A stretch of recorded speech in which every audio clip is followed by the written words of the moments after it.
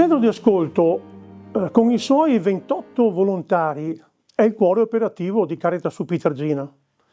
L'accesso ai servizi di tutto il territorio e la nostra competenza va a favore delle persone in difficoltà e lavoriamo nella diocesi di Vittorio Veneto.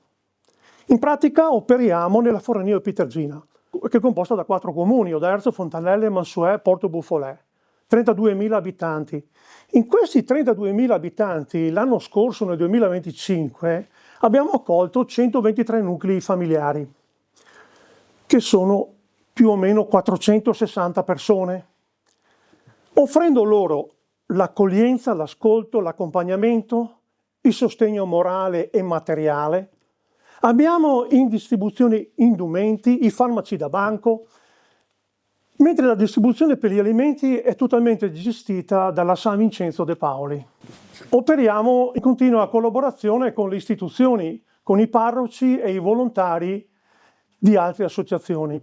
Siamo presenti da anni all'interno delle scuole superiori, con incontri di sensibilizzazione e formazione per gli studenti. Altro servizio molto importante sono le nostre case di accoglienza, che offrono alloggio a chi si trova in emergenza abitativa. Problema molto grave nella nostra zona.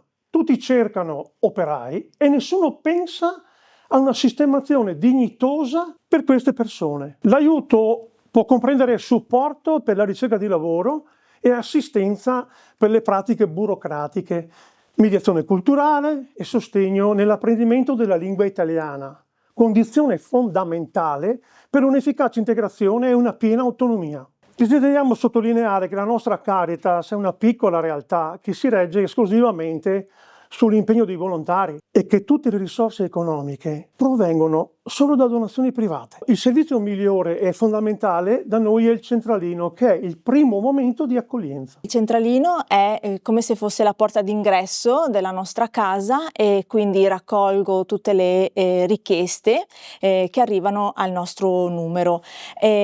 Sono richieste variegate, molto diverse tra loro, perché posso rispondere a informazioni semplici sugli orari dei nostri servizi, dei nostri vari servizi, oppure sono richieste di aiuto, molto anche queste diversificate, perché c'è la richiesta di aiuti materiali da parte di famiglie del nostro territorio.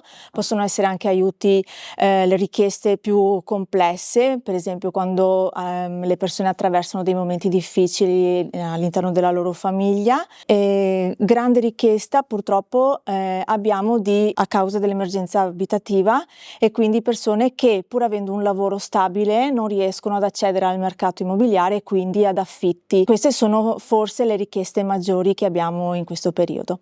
E poi mi occupo di filtrare e di smistare le varie richieste ai vari operatori dei vari servizi, e quindi faccio anche un po' da raccordo tra i volontari. Le accogliamo, cerchiamo di metterle a loro agio, considerando che arrivare qui è già uno sforzo. Non è facile venire a raccontare a degli estranei i propri problemi. Quello che a noi interessa in questa fase è che la persona capisca che qui può parlare liberamente, può trovare qualcuno che la ascolta senza giudicare, senza pretendere di risolvere tutto al posto suo e nella riservatezza più totale.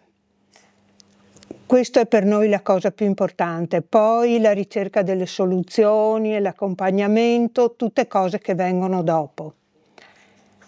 Cerchiamo di capire qual è il vero problema, perché spesso dietro una richiesta di tipo materiale ci sono ben altre problematiche più profonde. Vedere di trovare delle soluzioni. Abbiamo delle riunioni periodiche, mensili in genere, ma anche più spesso tra noi volontari, in cui sempre nella riservatezza, nel rispetto della privacy della persona, cerchiamo di individuare le strategie più adatte ad uscire dalla situazione.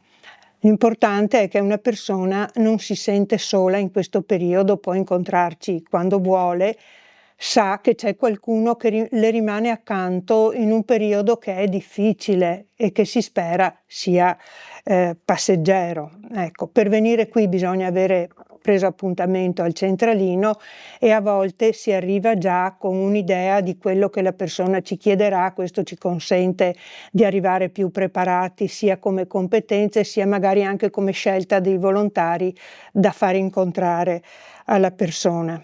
È necessario avere un colloquio con noi anche per accedere ai servizi di distribuzione. Questo perché non vogliamo essere presi per quelli che distribuiscono cose, ma vogliamo tessere relazioni e vogliamo che questo venga percepito, oltre che dobbiamo ovviamente verificare che ci sia un reale stato di necessità. Noi apriamo regolarmente 3 volte alla settimana, il mercoledì e il giovedì sera e il mercoledì mattina, però spesso capita che ci vengano fatte delle richieste al di fuori dell'orario consueto, diciamo, e quindi facciamo delle aperture straordinarie e dei volontari si rendono disponibili ogni volta che serve. Un altro servizio importante e apprezzato è la distribuzione dei farmaci. Si tratta di farmaci da banco che le persone già conoscono, onde evitare qualunque rischio. È importante l'aspetto materiale se pensiamo al costo anche di questi farmaci, soprattutto quando vengono usati spesso, non so, pensiamo agli sciroppi per i bambini o gli antinfiammatori per gli anziani o cose così. Ma quello che è molto apprezzato è l'ascolto che si svolge anche in questa fase in maniera diversa da quella del centro di ascolto. Qui non si affrontano le problematiche per cui le persone vengono qui, ma si parla un po' del più e del meno, si ha modo di sfogarsi con più calma. L'incontro è mensile e vengono tutte le volte, a volte portando i bambini, quindi anche la presenza dei bambini aggiunge un tocco così di spontaneità anche agli incontri, c'è sempre una parola, una caramella magari per loro. È un servizio svolto da 7 volontari che svolgono tutti una professione sanitaria e quindi sono anche particolarmente sensibili alle fragilità dovute ai problemi di salute e cose così. Vengono distribuiti circa 1000 e questi farmaci, il rifornimento dei farmaci è assicurato dalle raccolte organizzate nelle farmacie dal banco farmaceutico. La San Vincenzo De Paoli è un'associazione di volontariato che si occupa delle persone in difficoltà. In teoria dovrebbe accompagnarle in un percorso di reinserimento.